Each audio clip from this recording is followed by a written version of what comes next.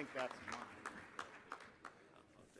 Well, thank you so much. I want to welcome everyone to the free state of Florida, the #1 state in America for veterans. And it was mentioned about the natural disasters, and I will tell you, as a governor that's had to navigate those disaster responses post a number of hurricanes, the two things I know will be there for us: American Legion and Waffle House, and that seems to happen every time. Another thing I know is that, as having been active duty stationed for a time at Naval Station Mayport, but also knowing that we've got a lot of great Navy bases. Of course, we have MacDill Air Force Base not too far from here. When you're active duty and you end up being able to establish a Florida residency, when you PCS to another state, a lot of people keep that Florida residency. It pays dividends. You also get a paycheck tax-free, which I know a lot of people like to do. Florida, we're proud of what we do for veterans, and I'll talk a little bit about that. But we are leading amongst all 50 states in building up to next year's commemoration of America's 250th anniversary. And if you look over recent years, you've seen a lot of cities and states tear down commemorations and statues of our founding fathers. And I just want to let you know, in Florida, we're not tearing them down. We're putting up new statues and new remembrances of the foundations of this country. So we have George Washington. We've acquired a George Washington that's now in the Florida Capitol. We have a number of counties that are named after founding fathers, and so we've already delivered a statue of Thomas Jefferson to Jefferson County. We're going to do the same for Franklin County and Hamilton County and Madison County and Monroe County. And you know, we'll even airdrop statues to the founding fathers to other places that may not have those namesakes, but we want to make sure that folks understand the significance and the importance of this. And part of what flows from that is the fact that we've put a strong emphasis on teaching our young kids about American civics. And I know the American Legion has been involved in giving scholarships for folks who participate in the oratory program. We in Florida now have the most robust speech and debate initiative for civics of any state in the United States. And that wasn't true when I became governor. We believe it's important that these folks, these kids, when they leave our school system, that they're not just blank slates, that they actually have a foundation in understanding what it means to be an American. Because no matter what vocation they pursue, no matter what field of additional study, if any, they pursue, and people will go and hopefully be productive in a wide variety of areas, the one common for everyone that we produce from our school system is that they, once they become adults, will be called upon to exercise the duties and responsibilities of being an American citizen. And that's meaningful. That's something that people should take seriously, and they should definitely have that solid philosophical foundation to know why it is that so many people have been willing to fight and even die for this country. I'm honored to receive this award. James Day, was a good guy, a great American, not only service in World War II, but for all he did with the American Legion. And as a kid who grew up right across the bay here, and whose Little League team went all the way to the Little League World Series, who kept playing baseball all the way through college and was the captain of the Yale varsity baseball team, and certainly would have kept playing. You know, when I got elected to the Congress for the first time, I was there for 3 terms. I've recovered from that experience, don't worry. Had I drank in the Kool-Aid, I would not have been able to be a successful governor. People would ask me, they find out about my baseball background, you know, we do a congressional baseball game and they'd see me out there, they'd be like, oh, you know, why didn't you play, you know, in the major leagues? I was like, if I was good enough to play in the major leagues, you think I'd honestly be in the U.S. Congress, for Pete's sake? No way.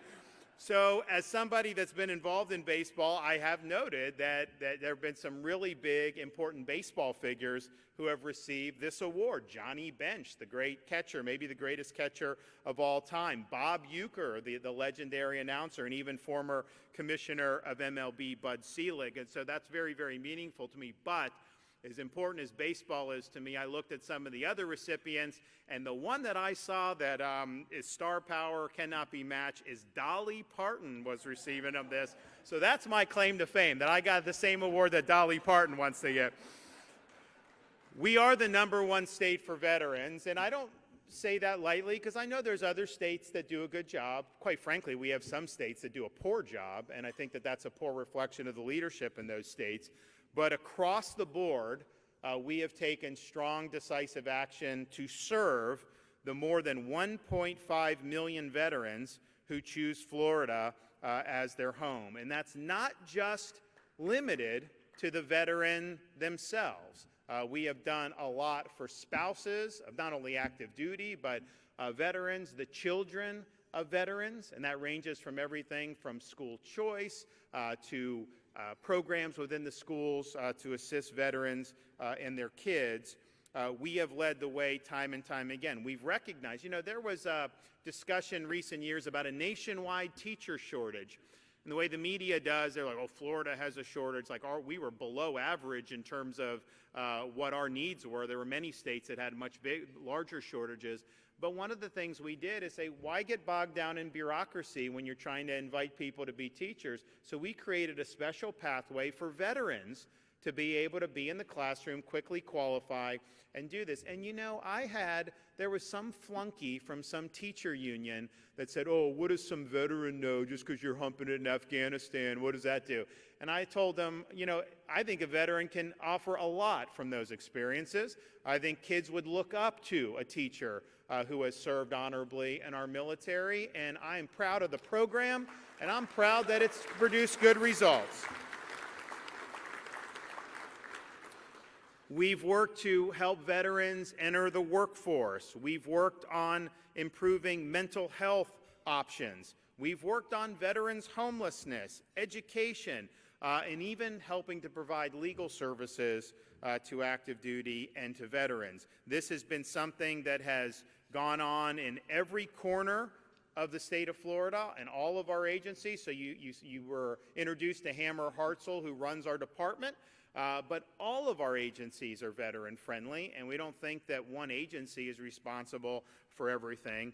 One of the innovations that we have started with not only my wife, but with Hammer Hartzell, is to recognize, especially in Florida, we have a reservoir of resources exterior to government.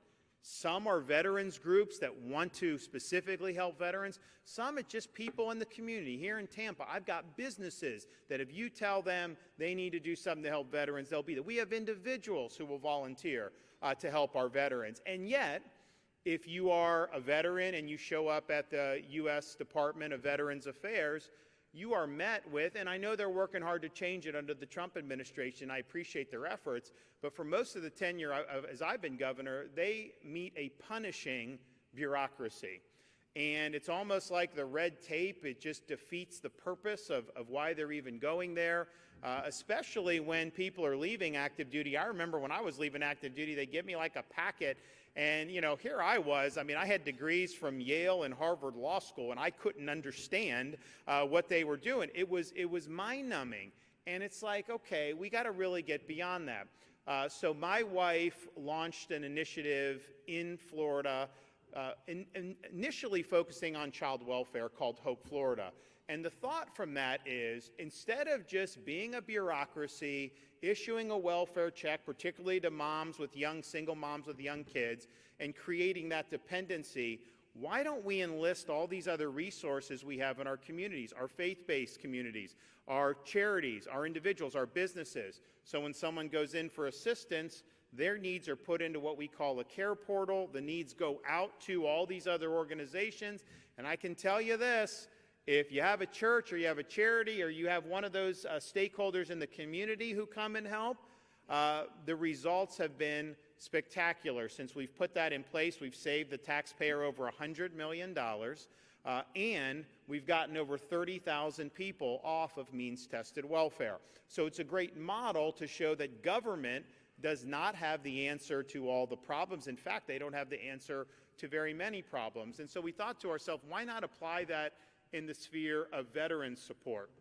So now with our Hope Florida model, a veteran goes in, if they go into one of Hammer's agencies, or buildings, they can do And we are linking in all the groups. We have service dog groups. You have veterans with PTS.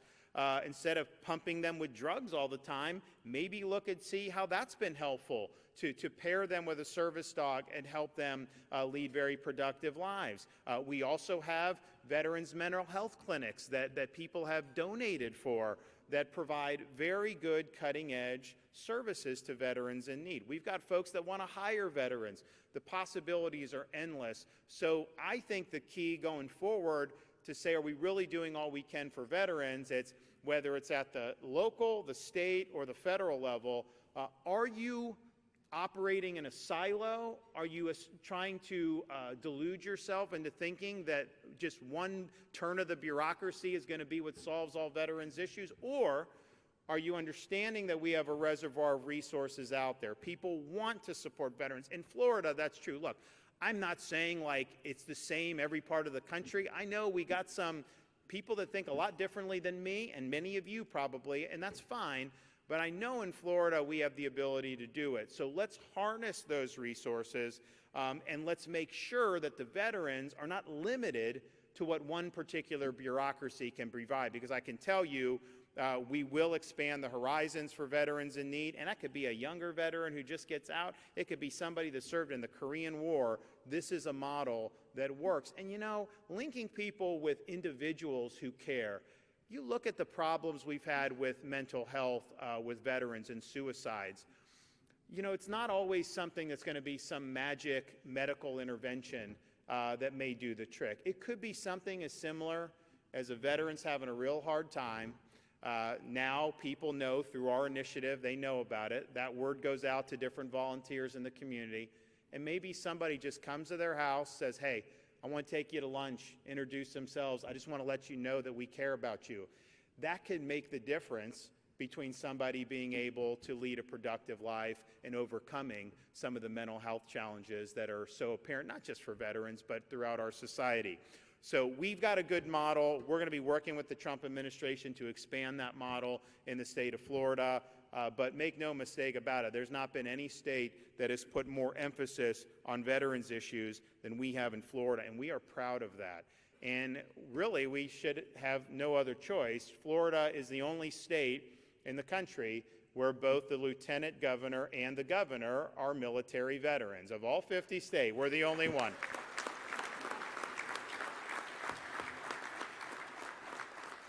And our lieutenant governor's here, and I'm going to ask him to come up in a sec, but Jay Collins served in the Army for 23 years, and I just want to let you know, just as a Navy guy, I have not ribbed him about the Army-Navy game at all. Don't worry about that. You know, we like all the service. If you believe that, I got a bridge in Brooklyn I'd like to sell you. So he served 23 years. He was a Green Beret, and as he was training for that was right when 9/11 happened. He was literally at jump school when that happened.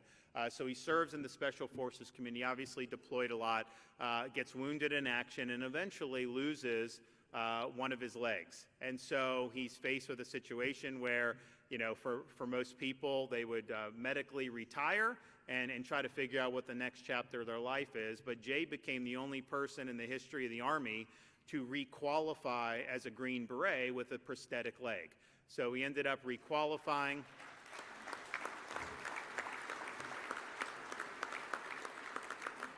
He requalified and served an additional 5 years on active duty as a Green Beret. And so eventually got to that 23-year mark, retired. His wife is also a 20-year retired military veteran. And so they live in Tampa, and they're raising their kids there.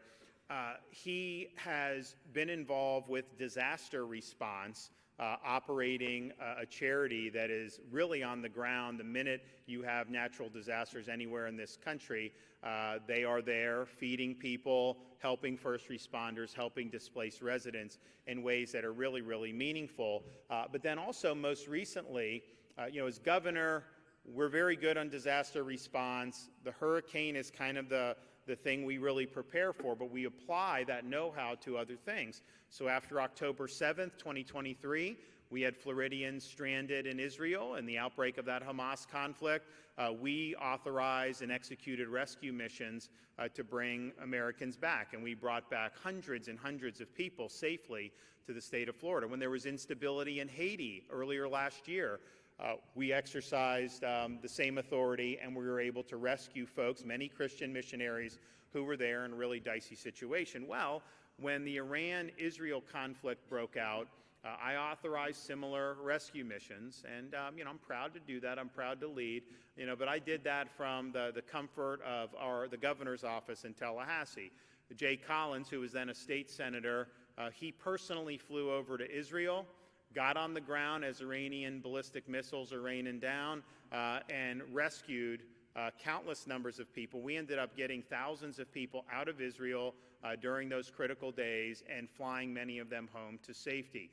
That's somebody that's running towards the fire. That's somebody that is there to stand up and be counted, and not just to pass the buck and hope somebody else does the hard work. He's got a tremendous record as a state senator in Florida. All the successes that were talked about in Florida, all the major initiatives that we have done, he's been right there every step of the way, fighting for the people that he represents and standing with us to make Florida #1 on so many different metrics. So it's a privilege for me to be able to introduce Lieutenant Governor Jay Collins. And because of all the background, you just heard, I've dubbed him the Chuck Norris of Florida politics.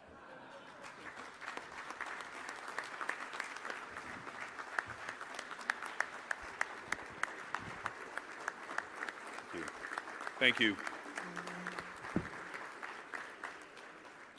Kind of tough to live up to that last line there. I'm sure, like myself, I'm a huge Chuck Norris fan, so that's a huge honor. Thank you. So I loved serving in the military. I loved serving beside my brothers and sisters, and I also had the unique experience of sitting home worried to death when my wife deployed downrange.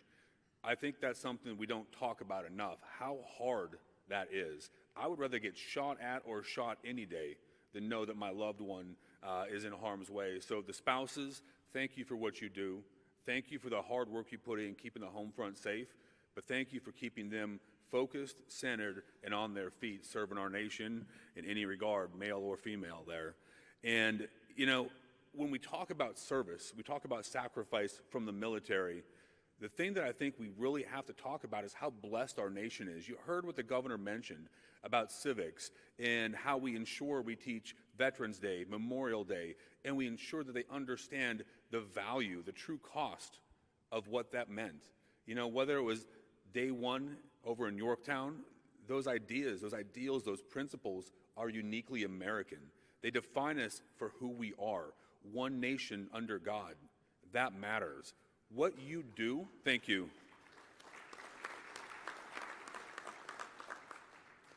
What you do as the American Legion matters. You are synonymous with veteran service. You are synonymous with American greatness, and you are a part of our national DNA. Thank you for being a part of this. We have to continue to get our veterans to be involved and step up to that next level.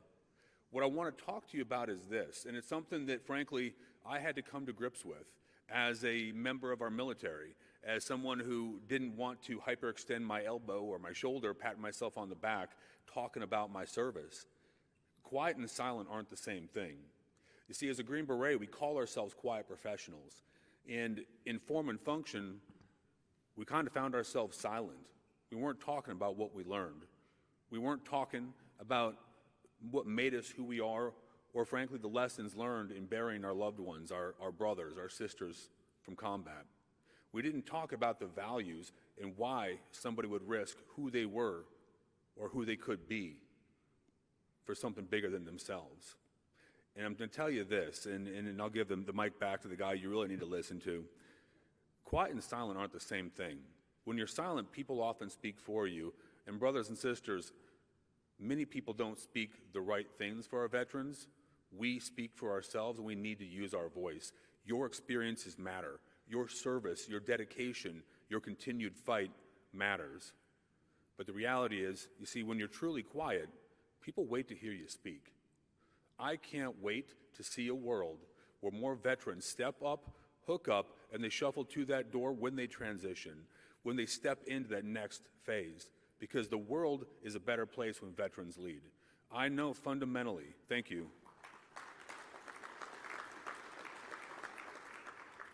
that when the politicians fail, when the academics fail, it is the working class and the warrior class like yourselves that step up and lead.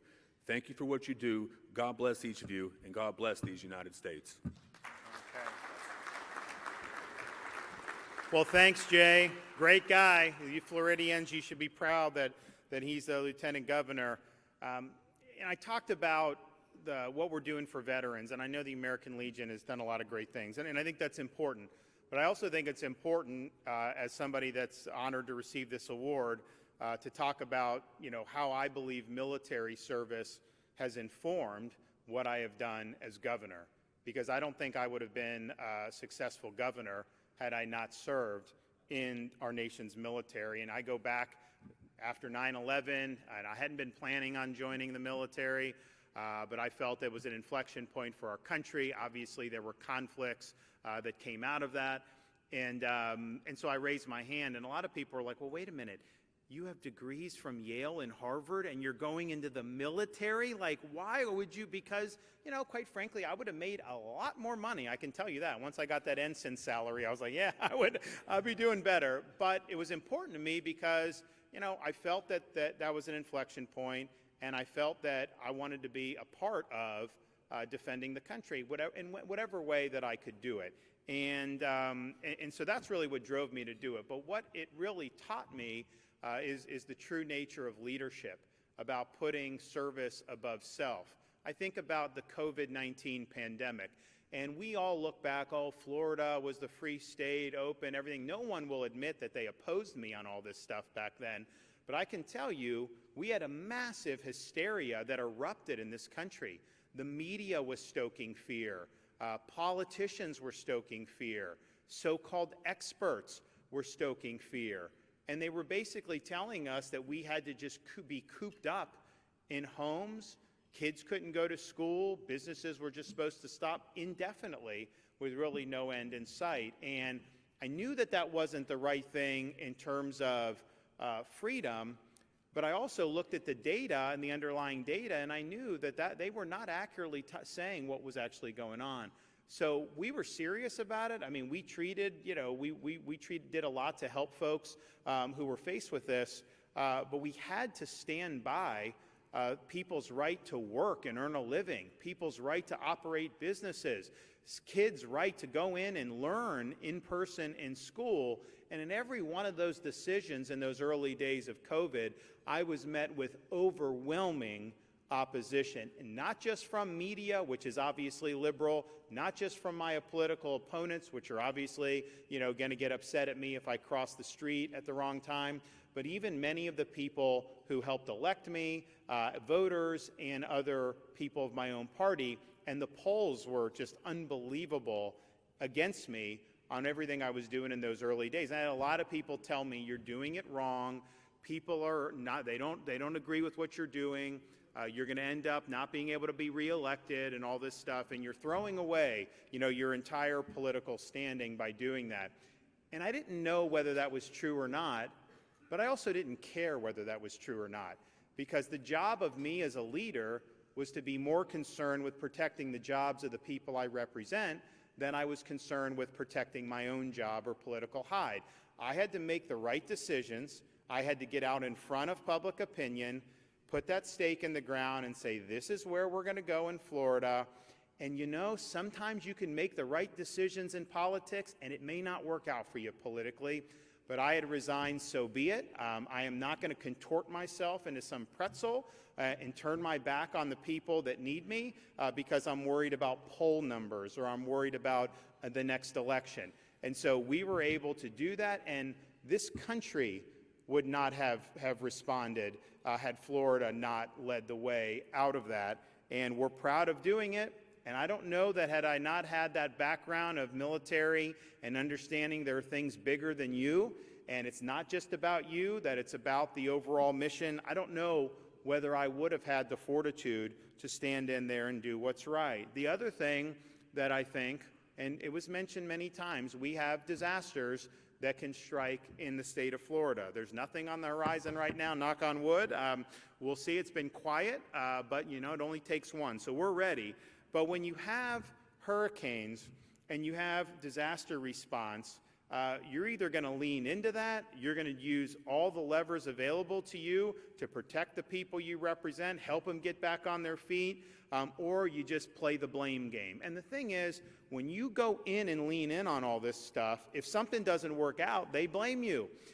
If you say, hey, no, that's the local's responsibility, or that's this person's responsibility, my response there, go blame them, well, then things don't get done.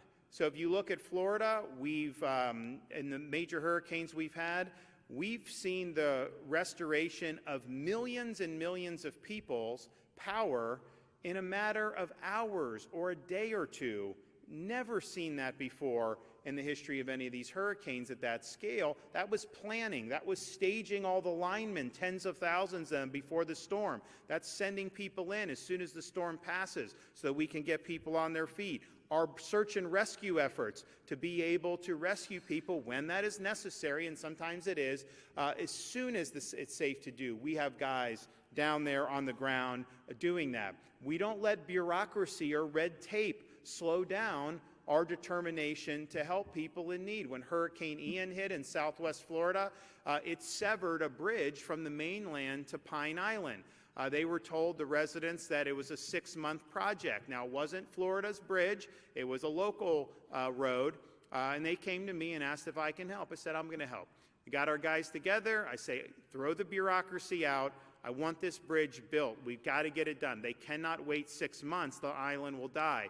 So we took ownership of it, and 3 days later, we opened the bridge going out to Pine Island. We did the same thing at the Sanibel Causeway. A week into the storm, it was broke in 3 places. We took ownership. 2 weeks later, we connected the causeway, and people had access to that. You know, you look in like Baltimore, they had a bridge go down. They haven't even started. I mean, nothing has happened for that. That's not how we roll in Florida. We've got to get the job done. I mentioned that then Senator Collins was involved in these rescue operations. You know, when there are Floridians in harm's way in other parts of the world, it's typically not a state that goes in and does it. But in 2023, we had a difficult time working with the Biden administration and the State Department, so I said, okay, we'll do it. So we sent our folks. They were on the ground. They got these people to safety. In Haiti, very difficult situation, same thing. And then most recently in Israel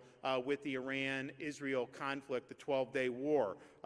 We don't let our people, we're going to be there. We're going to get your back when the times are tough. I don't know that I would have had that same resolve to get the job done no matter the obstacles had I not served in our nation's military. The other thing and final thing that I think the military taught me is, you know, theatrics is one thing, but I'm in the business of accomplishment. I'm not in the business of entertaining or showing you a good time. My role is to actually get the job done. We focus on results, not fluff. Words can be meaningful. Words can be important. But ultimately, it's the deeds that are the most powerful. And so we focus on delivering tangible results to the people we represent. That is not the way a lot of people in the political sphere operate. A lot of it is window dressing. A lot of that is trying to, maybe you get on cable news, maybe you do that, maybe you do that. You talk, and then there's never any follow through. Anytime I step up to these podiums and I say we're going to do something, you can expect action on the back end of that. That will get done. And that's the ethos that you learn when you're serving in our nation's military. It's about the mission. It's about accomplishing the mission, and none of the fluff ultimately matters unless you get the job done. So I think this is all really important, what you guys do. I mentioned the 250th anniversary of our country that we're going to celebrate next July 4th to mark the Declaration of Independence. And it's interesting, we declared independence there. We didn't really achieve it because we had a war to fight, and a lot of people correctly surmised that we were the underdogs in that conflict. But I think if you go back to that time and you think about what that means, our founding fathers, they didn't sign that Declaration of Independence lightly. It's not like they just popped off on social media and put something on Facebook.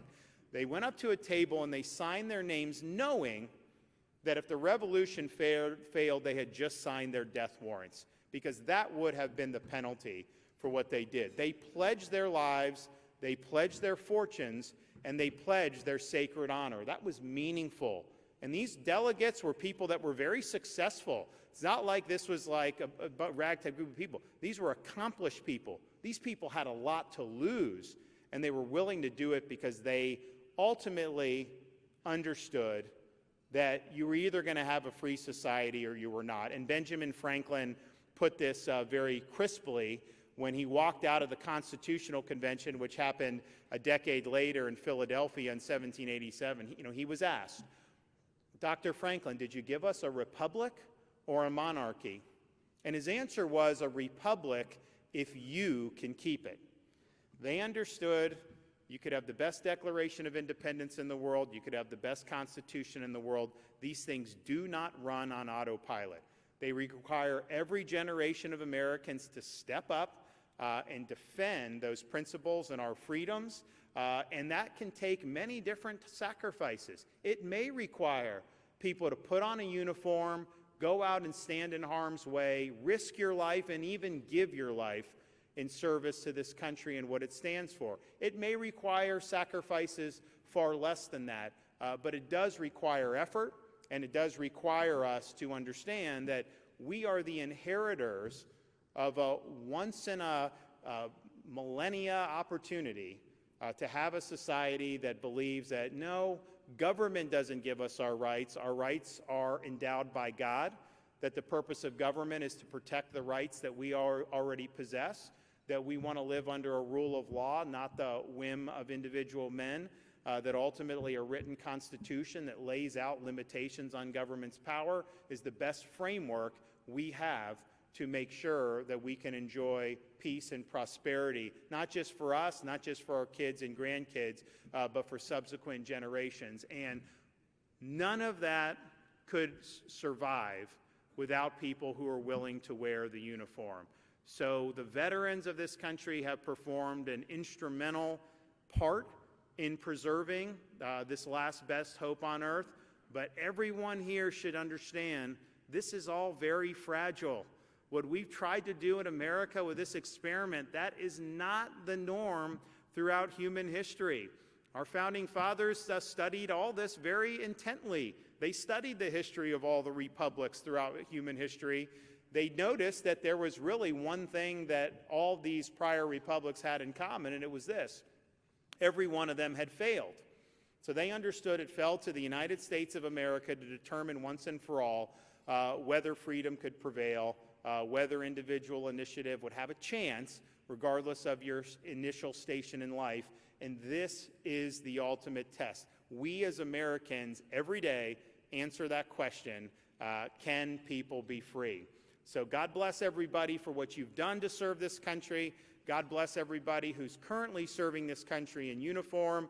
We would not be able to be the last best hope on earth without folks that are willing to wear the cloth of their country and put themselves in harm's way. Thank you all. Enjoy your convention, and it is a great honor to receive this award. Thank you so much. God bless.